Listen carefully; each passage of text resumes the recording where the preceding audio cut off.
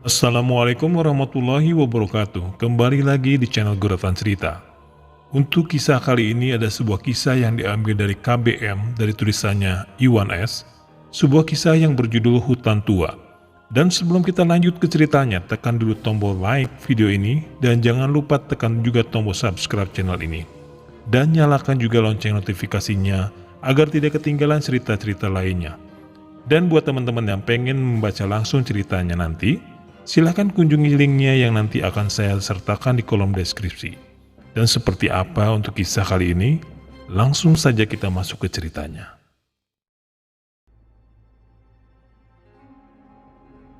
Menceritakan tentang dua anak manusia yang masuk hutan tua tanpa sadar melakukan kesalahan, sehingga harus membayar mahal atas perbuatannya. Salah satu dari mereka terjebak di hutan itu dan mengalami hal-hal yang aneh. Hujan mulai jatuh membasahi pekarangan rumah, diiringi petir yang terus menyambar di segala penjuru. Di depan rumah, Ibu Rohani menatap ke segala arah dengan rasa cemas. Jam sudah menunjukkan pukul 18:20, tetapi anak semata wayangnya belum juga pulang. Hari mulai gelap. Hujan begitu deras dan tidak ada tanda-tanda akan mulai berhenti. Dua anak manusia terjebak di dalam hutan tua yang berteduh di pondok usang bekas para penebang kayu liar yang telah lama ditinggalkan. Bukan tanpa alasan mereka bisa di hutan ini. Mencari madu liar di dalam hutan adalah aktivitas kedua sahabat ini. Bisa dibilang, mereka hampir setiap hari keluar masuk hutan ini. Biasanya mereka keluar hutan pukul 6 sore sudah sampai di pemukiman warga. Akan tetapi, hari ini karena terlalu asik mengambil madu yang mungkin terlalu banyak dari biasanya, sehingga mereka tidak menyadari cuaca akan mulai hujan. Itulah yang membuat mereka sampai terjebak di hutan. Yudi, apa tidak sebaiknya kita langsung pulang saja? Sepertinya hujan tidak akan berhenti-berhenti. Lagi pula, kalau tetap menunggu di sini, sebentar lagi malam, dan kita tidak punya senter dan semakin sulit untuk mencari jalan pulang. Ya sudah, kalau begitu, langsung saja jalan pulang. Agus mengambil madu beserta peralatannya yang masing-masing telah dibagikan tugas membawanya, dan begitu pula dengan Yudi. Mereka mulai berjalan menyusuri jalan setapak untuk pulang. Dengan penuh hati-hati karena jalan sangatlah licin, ditambah beban yang mereka bawa. Hari makin gelap. Hujan terus mengguyur. Ditambah angin aura dingin begitu menusuk menembus sampai ke tulang mereka. Sehingga langkah mereka sedikit lambat, karena Yudi yang ada di depan tidak mau beresiko untuk berjalan lebih cepat, sehingga bisa membuatnya keluar dari jalur untuk menuju jalan pulang. Dalam perjalanan pulang tidak ada percakapan antara mereka selama 45 menit. Mungkin mereka lebih memilih fokus berjalan dengan menahan dinginnya suasana. Blak! Yudi menoleh ke belakang. Kenapa, Gus? Aku terpleset, jatuh, tolong, kaki aku sakit sekali. Yudi bergegas menghampiri Agus dan membantunya berdiri. Kamu tidak apa-apa, Gus? Sepertinya kakiku terkilir, sebaiknya kita istirahat dulu di sini sambil melihat kondisi kakimu. Yudi membantu Agus untuk berjalan ke arah pohon besar yang berada beberapa meter dari tempat mereka untuk istirahat sebentar. Agus lalu menjatuhkan pantatnya di bawah pohon itu. Yudi mengambil botol air dan memberikannya kepada Agus. Minum dulu, Gus, coba aku lihat kakimu. Yudi mendekatkan kakinya ke kaki Agus untuk bisa melihat lebih jelas, karena sudah gelap dan mereka tidak ada penerangan, cuma berbekal mancis saja. Dari remang-remang, Yudi hanya dapat melihat bengkak saja kaki Agus. Apa kamu masih bisa jalan, Gus?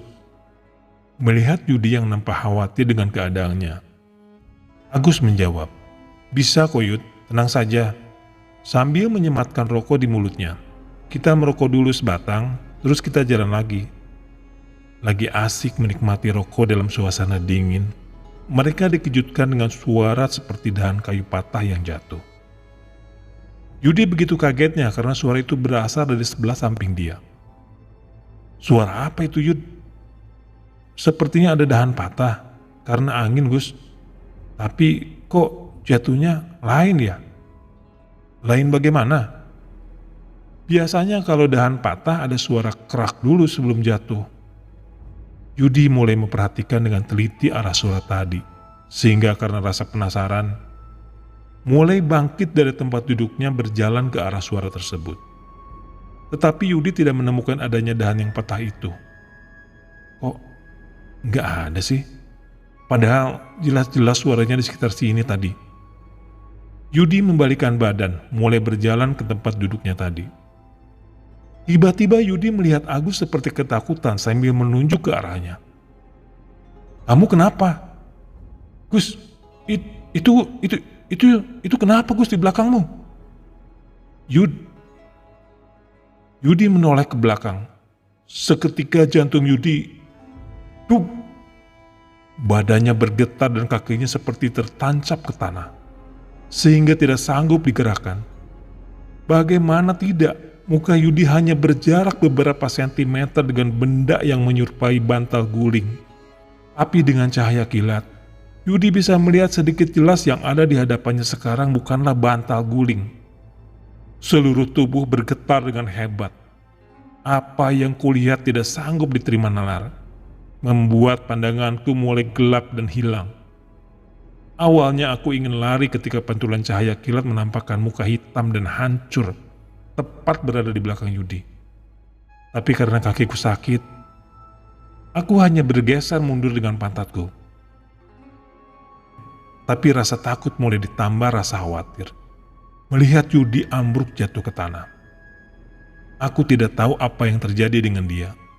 Apakah makhluk itu membunuhnya? Rasa takut telah benar-benar menguasai diri ini. Hatiku mulai memberontak apa yang harus aku lakukan. Sekarang makhluk itu mulai mendekat ke arahku. Aku memejamkan mata karena tidak mau melihat lebih dekat. Entah kenapa aku baru sadar. Mungkin selama ini aku telah jauh dengan Allah. Dan aku benar-benar telah melupakannya semenjak kabur dari pesantren 2 tahun yang lalu. Namun walaupun aku bukan santri yang baik, tapi aku seorang hafiz yang terpaksa demi menuruti keinginan ibuku. Agar aku bisa menghafal Al-Quran hanya mampu 10 juz. Aku kabur dari pesantren. Dengan mata terpejam dan suara lirih aku mencoba membaca surat pendek. Seketika angin bertiup kencang dan bau tercium begitu menyengat menusuk sampai ke dada.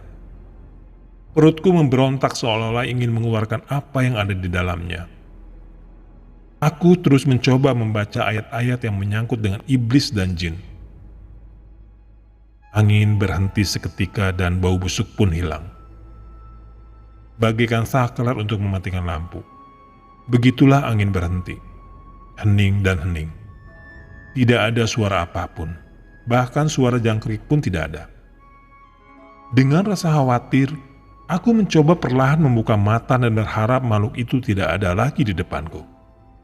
Betapa terkejutnya aku melihat hari sudah siang dan Yudi berada di depan api yang sepertinya sedang memasak sesuatu.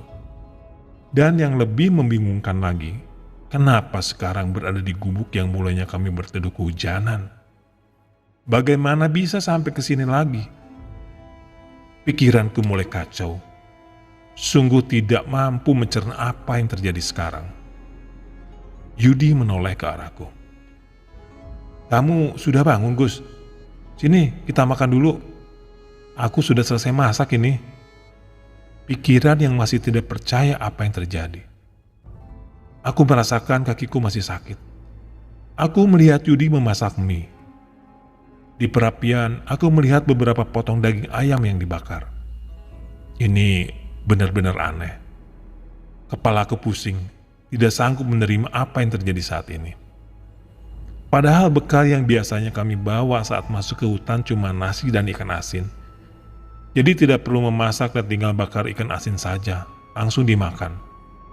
Terus, dari mana Yudi mendapatkan mie, ayam, dan peralatan masak?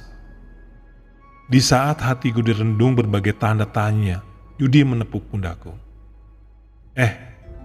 Malah melamun. Cepetan makan, buru dingin nih. Udah pukul 12. Apa kamu nggak lapar? ucap Yudi. Dengan rasa tidak percaya aku meraih piring dan menciduk mie. Aku melihat Yudi menatapku dengan sedikit tersenyum. Ingin rasanya bertanya kepada Yudi, apa sebenarnya yang telah terjadi. Tapi entah kenapa mulut ini seperti terkunci. Aku mencoba menerima kenyataan yang sekarang menikmati makanan yang ada di tanganku dan menepis semua yang terjadi di luar nalar. Mungkin apa yang aku alami hanyalah mimpi. Apalagi mengingat ucapan Yudi tadi. Kamu sudah bangun, itu berarti tadi aku ketiduran. Tapi bagaimana dengan kakiku? Bukankah ini akibat terpleset semalam? Dan ini berawal dari kejadian aneh ini. Aku benar-benar belum bisa menerima kenyataan apa yang aku alami sekarang. Mungkin bertanya kepada Yudi adalah jawaban dari semua ini. Tanpa terasa, makananku sudah selesai aku makan. Dan melihat Yudi asik menyembulkan asap rokok. Dan aku melihat dia sepertinya biasa-biasa saja. Seperti tidak ada kejadian apa-apa. Menyadari aku memperhatikannya, dia menoleh ke arah aku. Lalu menyodorkan sebungkus rokok dan berkata, "Merokok dulu, sebentar habis ini kita cari beberapa sarang lebah lagi." Aku mengambil rokok tanpa menjawab ucapan dia. Karena keanehan ini mungkin aku lebih memilih diam. Beberapa saat kami sudah selesai merokok, Yudi bangkit dari tempat duduknya. "Ayo Gus, kita jalan lagi. Mungkin kita bisa menemukan beberapa sarang madu lagi. Nanti keburu sore." Aku yang lagi bingung ditambah bingung. Bukankah tas kami sudah penuh dengan madu yang barusan kami ambil? Bahkan ada yang dibiarkan di situ, karena tidak muat lagi di dalam tas kami. Tapi kenapa Yudi mengajak untuk mencari sarang madu lagi? "Yud," akhirnya mulutku terbuka dengan suara lirih. "Bukankah tas kita sudah penuh dengan madu? Tapi kenapa kita pergi mencari madu lagi? Bagaimana bisa kita membawa pulangnya?" Yudi menatapku dengan penuh heran. "Kamu bicara apa, Gus? Dari pagi kita mencari madu sampai sekarang baru 2 botol sirup." Aku sama sekali tidak percaya dengan ucapan Yudi. Aku mulai bangkit dan menuju ke tempat tas yang saya letakkan. Aku bingung, kenapa tas saya kosong dan saya memeriksa tas Yudi. Benar saja, apa yang aku temukan cuma 2 botol madu. Aku berujar dalam hati, apa yang terjadi denganku ya Allah? Seketika Yudi mengambil tasnya. "Ayo Gus, kita jalan lagi. Bentar lagi udah sore," ucap Yudi sambil beranjak mendahului tanpa bicara sepatah pun. Aku mengambil tas dan berjalan mengikuti Yudi. Kami terus berjalan hampir sudah 1 jam lebih, tapi tidak satu pun sarang madu yang kami temui. Hingga kami berjalan sampailah di pohon yang sangat besar dan tinggi menjulang. Aku perhatikan dengan menengadahkan kepala ke atas. Tanpa sengaja aku maju ke depan dan menginjak benda lunak dan berair, sehingga airnya menyepret mengenai tanganku. Aku langsung melihat ke bawah untuk memastikan benda apa yang aku injak. Ternyata kepingan sarang madu yang berserakan di bawah pohon itu. Aku ingat sekarang, bukankah pohon ini yang barusan aku dan Yudi mendapatkan sarang madu begitu banyak sampai tas kami tidak muat lagi? Madu dan sisa-sisa madu kami minum di sini. Dan sarang madu yang berserakan ini ulah saya yang melempar Yudi. Aku kembali memperhatikan pohon itu dan melihat ke atas. Benar saja, terlihat bekas sarang madu yang kami ambil. "Yud, bukankah pohon ini kita tadi mengambil madu dan lihat banyak sarang madu berserakan?" Sama sekali tidak ada jawaban dari Yudi. Aku coba menoleh ke arah Yudi, tetapi aku tidak menemukannya. Padahal jelas-jelas tadi dia ada di sebelahku, sedang melihat ke atas pohon ini, mencari keberadaan sarang madu. Kenapa dia tidak ada? Kuedarkan pandanganku ke segala arah, tapi tetap tidak aku temukan Yudi. Kenapa Yudi langsung jalan saja tanpa mengajakku sih? Aku berjalan ke arah di mana Yudi aku lihat dan memanggil-manggilnya. Yudi, Yudi, kamu di mana, Yud? Tunggu aku.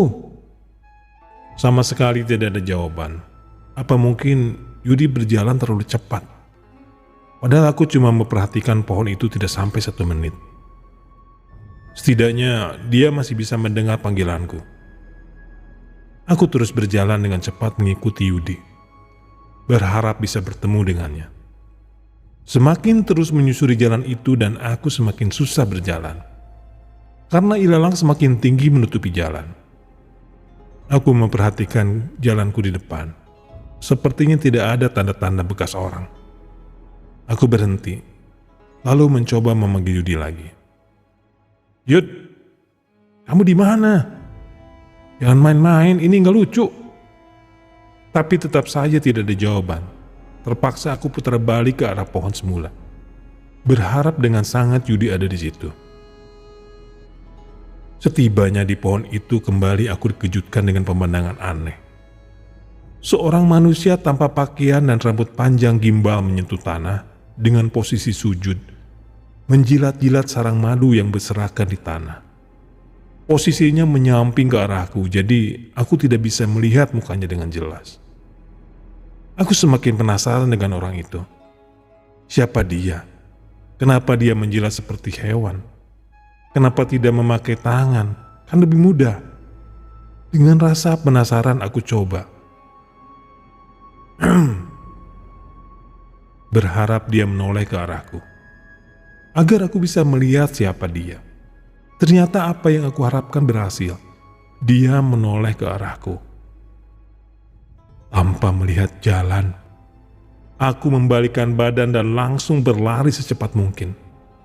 Meski kakiku lagi sakit, tidak terasa. Yang penting terus menjauh dari apa yang aku lihat tadi.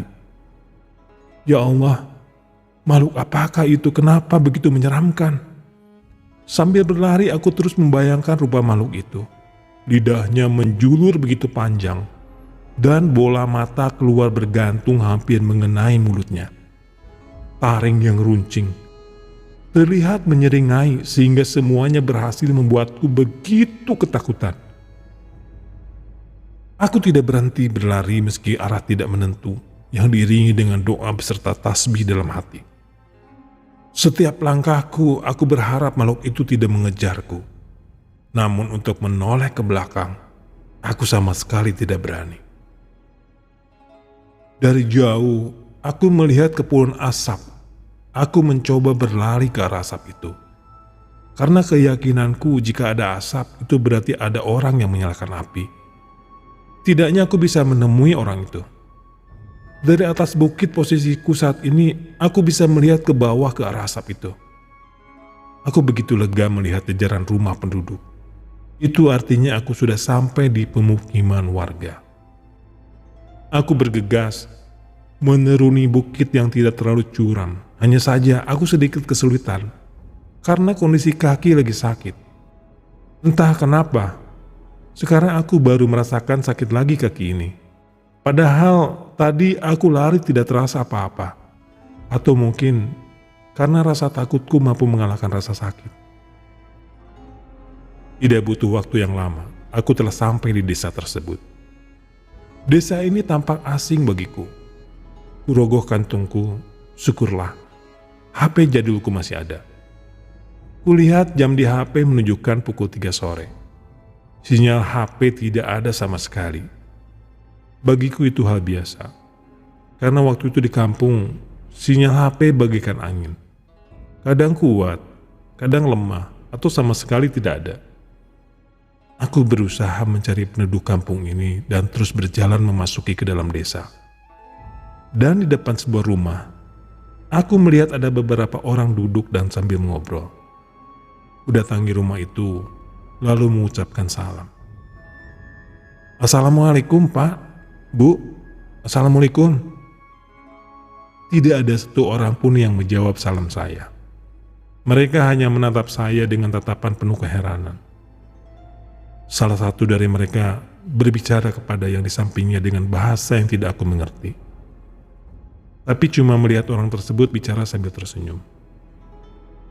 "Pak, kalau boleh tahu nih Pak ya, ini desa apa ya?" Lagi-lagi mereka tidak menjawab, hanya saling pandang satu sama lain.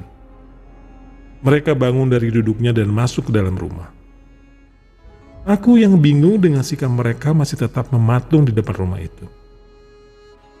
Dari arah belakang, tiba-tiba seperti ada yang menarik-narik bajuku. Aku melihat seorang anak kecil dengan baju lusuh dan mukanya yang kotor.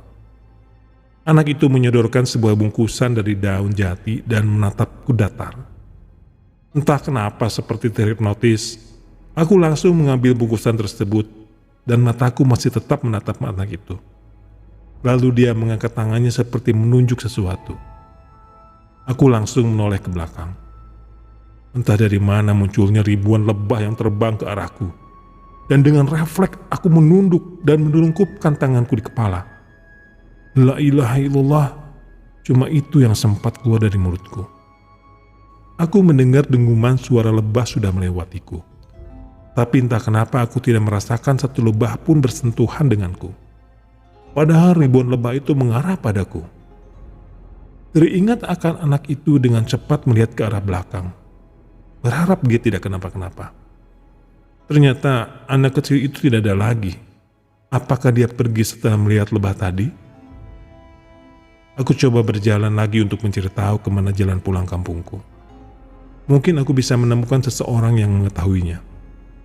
Aku melihat di depan ada sebuah pondok di tepi jalan. Aku memutuskan untuk istirahat dulu di situ. Sesampainya di pondok itu, aku langsung menjatuhkan tubuhku tanpa permisi lagi. Gak ada siapa-siapa kok. Aku baru ingat bungkusan yang diberikan anak itu yang sedari tadi aku pegang. Aku yang penasaran dengan isi bungkusan tersebut mencoba membukanya. Perlahan-lahan aku terperanjat melihat isinya hingga dadaku tersentak. Kenapa tidak? Ternyata isi bungkusan itu sarang madu yang kotor yang bercampur dengan tanah. Persis kondisinya seperti sarang madu yang berserakan di bawah pohon besar itu. Mungkin isinya tidak aneh, tapi bagaimana bisa anak kecil itu mengambil sarang madu ini? Selain tempatnya jauh ke dalam hutan, tadinya di bawah pohon itu ada makhluk yang sangat menyeramkan. Beralih ke sudut pandang Yudi. Madu sudah penuhi semua botol sirup yang kami bawa. Tapi masih banyak sarang madu yang sudah kami ambil dan belum diperas. Aku melihat Agus membawa sarang madu ke mulutnya. Ternyata dia meminum sisa sarang madu itu. Dan aku juga berpikir, benar juga, lebih baik diminum saja daripada terbuang. Tiba-tiba sarang madu melayang tepat di atas kepalaku, sehingga membuatku sedikit tersedak dengan madu yang lagi aku minum. Melihat aku tampak kesal, Agus malah terus-terusan melemparku dengan sarang madu, dan sambil tertawa. "Agus, apa-apaan kamu? Jangan bercanda dengan makanan. Kamu harus ingat, kita mencari rezeki lewat madu ini. Kamu tahu gak Yud? Orang-orang rela merogoh kantong mereka dengan harga mahal hanya untuk mandi lumpur. Nah ini, kamu mandi madu. Coba kamu bayangkan, jika harus bayar pasti mahal." Masih dengan tertawanya, hujan mulai turun. Kami tidak menyadari bahwa dari tadi sudah mendung. Mungkin terlalu asik mengambil madu. Sepertinya sudah hujan. Ini tanpa menunggu jawaban dari Agus, aku berlari pelan menuju sebuah gubuk reot yang biasanya kami jadikan tempat istirahat. Akhirnya kami sampai di gubuk dan mengibas-ngibas rambut yang basah oleh hujan. Aku coba melihat jam di HP, menunjukkan pukul 18.02.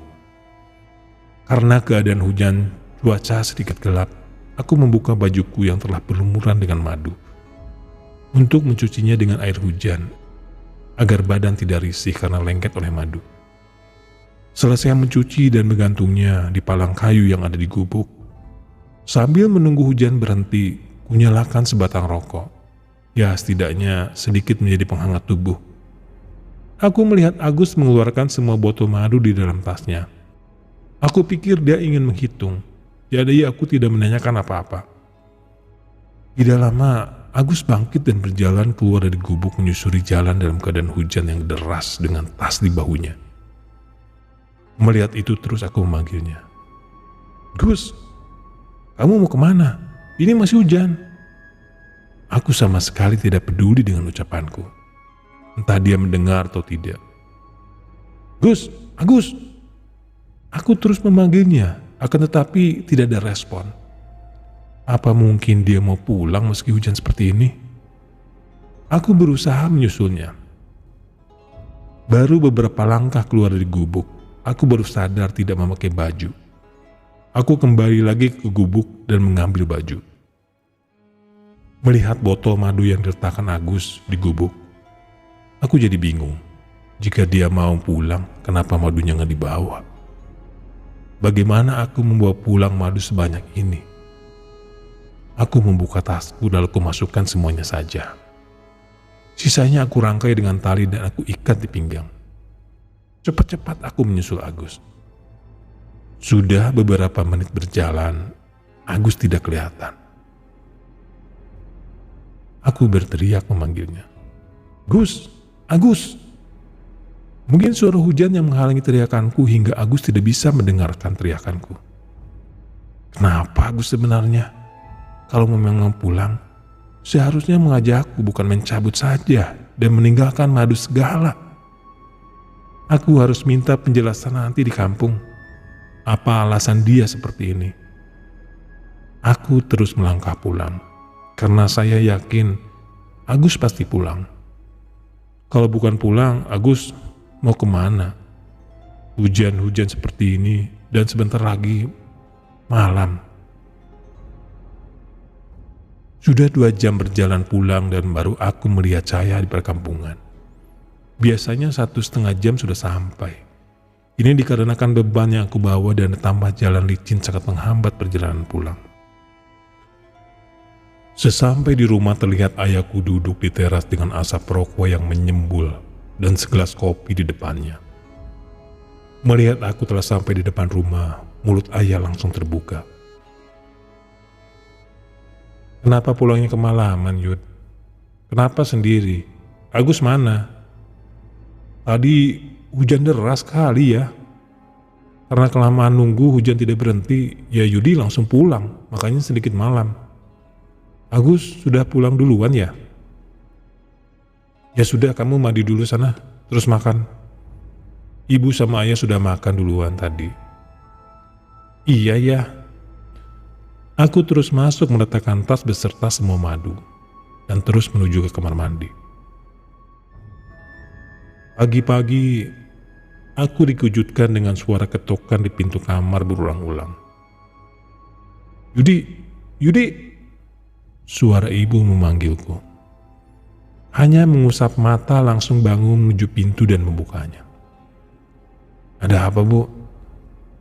Itu ibunya Agus, katanya Agus belum pulang. Ibunya sedikit khawatir. Aku sedikit kaget mendengar ucapan ibu dan bergegas keluar menemui ibu Agus. Aku menceritakan semuanya dari awal sehingga aku pulang sendiri sampai di rumah. Sangat terlihat ibunya Agus sangat khawatir sampai air matanya mengalir dan beserta keluargaku. Sebaiknya kita memberitahu kepala desa dan warga. Mungkin mereka bisa membantu menemukan Agus. Tanpa menunggu lama kami berjalan menuju rumah kepala desa yang tidak jauh dari rumahku.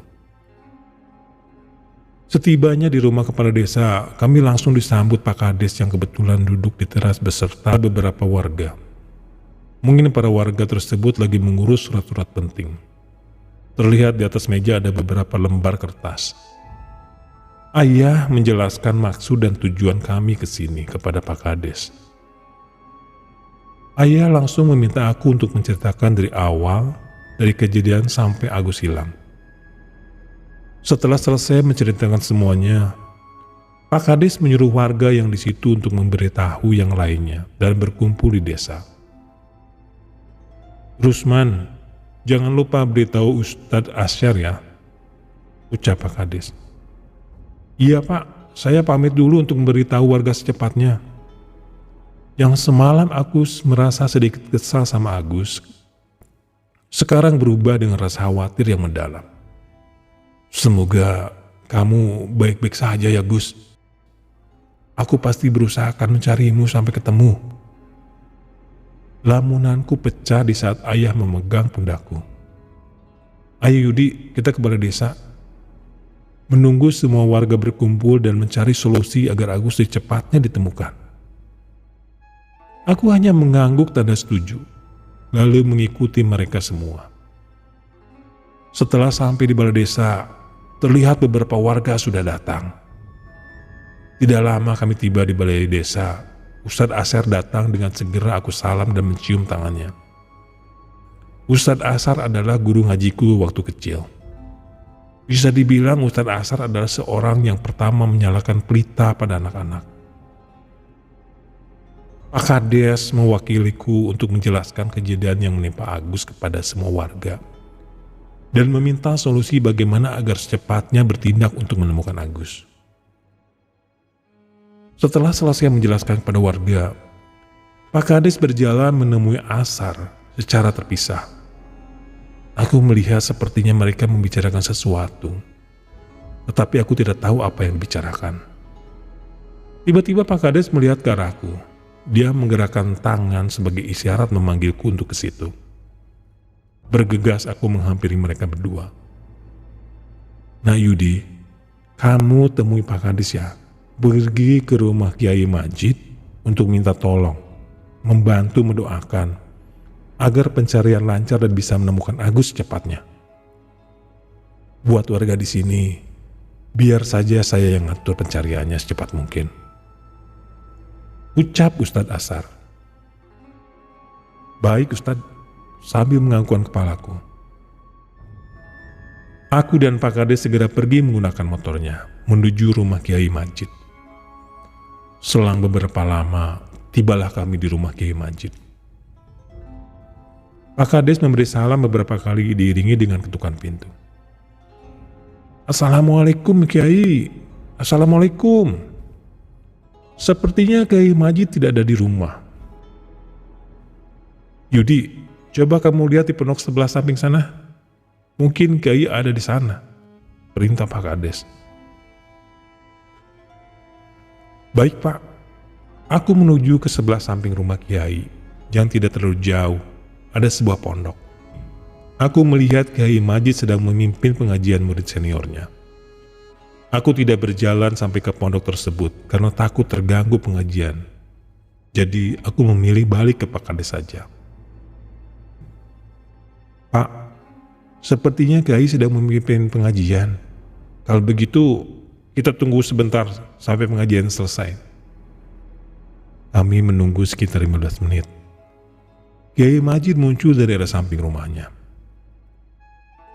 Assalamualaikum, ucap salam dari Kiai Majid. Waalaikumsalam, kami serentak. Wah, rupanya sudah ada tamu. Sudah lama datang Pak Kades? Baru sebentar Kiai. Sambil berjalan menghampiri Kiai untuk salam dan diikuti aku di belakang Pak Kades. Ketika giliran aku yang salam sama Kiai, Kiai sedikit menggelengkan kepala dan tersenyum tipis. Dalam seketika, dari tangan yang masih menjabat tangan Kiai, seperti tersengat listrik menjalar ke seluruh tubuhku sampai ke kepala. Berdegum begitu kuat. Aku segera menarik tanganku dari jabatan tangan Kiai. Dengan tersenyum Kiai mengajak kami masuk ke rumah. Tiba di dalam, Kiai langsung ke belakang. Kami menunggu di ruang tamu. Sudah 5 menit, Kiai Majid tidak muncul-muncul. Aku yang dari tadi asik memikirkan apa yang terjadi saat bersalaman dengan Kiai. Lalu Kiai muncul membawa 1 gelas air putih. Maaf ya, sedikit lama, ucap Kiai. Dan tidak berselang lama muncul Umi istrinya Kiai yang membawa nampan berisi kopi 3 gelas. Kiai Majid duduk pas di hadapan kami. Kiai menyodorkan air putih tadi kepadaku. Minumlah, dengan diawali bismillah. Lalu aku mulai meminumnya. Pelan-pelan, habiskan. Tanpa basa-basi aku habiskan air di dalam gelas. Aku seperti merasakan sebuah energi memberontak pada ragaku, sehingga membuat tubuhku menghasilkan getaran dan bulir keringat bercucuran sebesar biji jagung di keningku. Pak Kades yang menyaksikan itu tampak khawatir. Dengan tersenyum dan bibir bergerak seperti mengelafalkan sesuatu, Kiai Majid meletakkan telapak tangan di ubun-ubunku.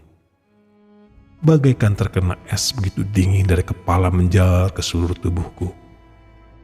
Aku bertanya-tanya dalam hati, ada apa denganku?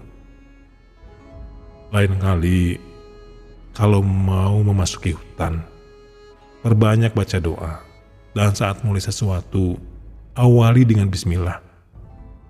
Ucap Kiai sambil menepuk-nepuk pelan bahuku. Sebelumnya, saya minta maaf Kiai. Sebenarnya kami kesini ingin memberitahu dan meminta tolong sama Kiai bahwa Agus anaknya Bu Hani tidak kembali dari hutan. Kami minta tolong doanya agar pencarian berjalan lancar dan segera menemukannya, pinta Pak Kades. Saya akan berusaha menolong semampu saya, Pak Kades. Selebihnya mintalah pertolongan pada Allah. Pulanglah dulu, nanti sehabis asar, Nak Yudi kembali ke sini ya. Di sisi lain warga sudah memasuki hutan untuk memulai pencarian yang sudah diberi arahan oleh Ustadz Asar. Satu demi satu penjuru hutan telah disisir, tapi belum juga terlihat tanda-tanda keberadaan Agus. Sehingga warga berinisiatif untuk masuk ke hutan lebih lagi. Pencarian masih terus dilakukan. Beralih ke sudut pandang Agus. Karena lelah menyelimuti jiwa raga ini, aku mencoba membaringkan tubuh di atas pondok, sehingga membuat aku terlelap. Sebuah tangan mungil tiba-tiba menggenggam ujung sudut bajuku. Kulihat itulah anak kecil yang memberi bungkusan tadi. Tanpa bicara, dia menarikku seakan membawaku ke suatu tempat. Mencoba menahan tarikannya, tapi aku tidak mampu. Kemana anak ini ingin membawa aku? Tidak lama dia berhenti, dan karena kesal aku berlalu dan berdiri tepat di depan dia. Dengan raut muka jengkel, aku menatap dia dan bertanya, bocah, kamu mau membawa aku kemana?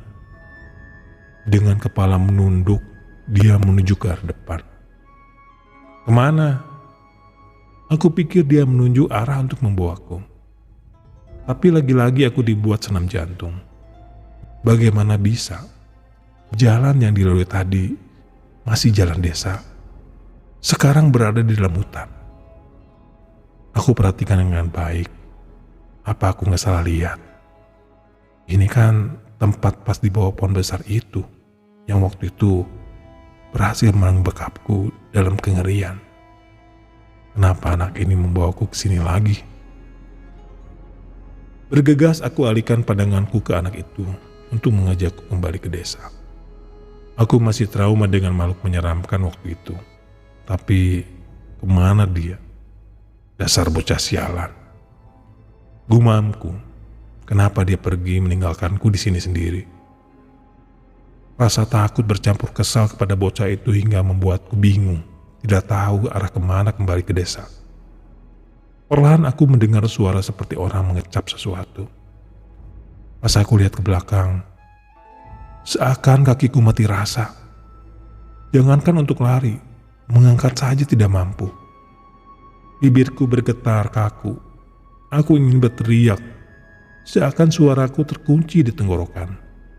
Ketika makhluk itu mendekatkan mukanya ke mukaku. Dia tidak mempunyai gigi, hanya memiliki 2 taring runcing dengan mulut yang bergerak-gerak mengecap sesuatu. Membuat perutku mual ketika cairan seperti darah meleleh keluar dari mulutnya, dengan aroma bau yang sangat tidak bisa aku jelaskan. Mukanya semakin dekat dengan mukaku. Dia menjulurkan lidah panjang ke mukaku. Aku hanya bisa pasrah. Aku bisa merasakan begitu lengket cairan menjijikan itu.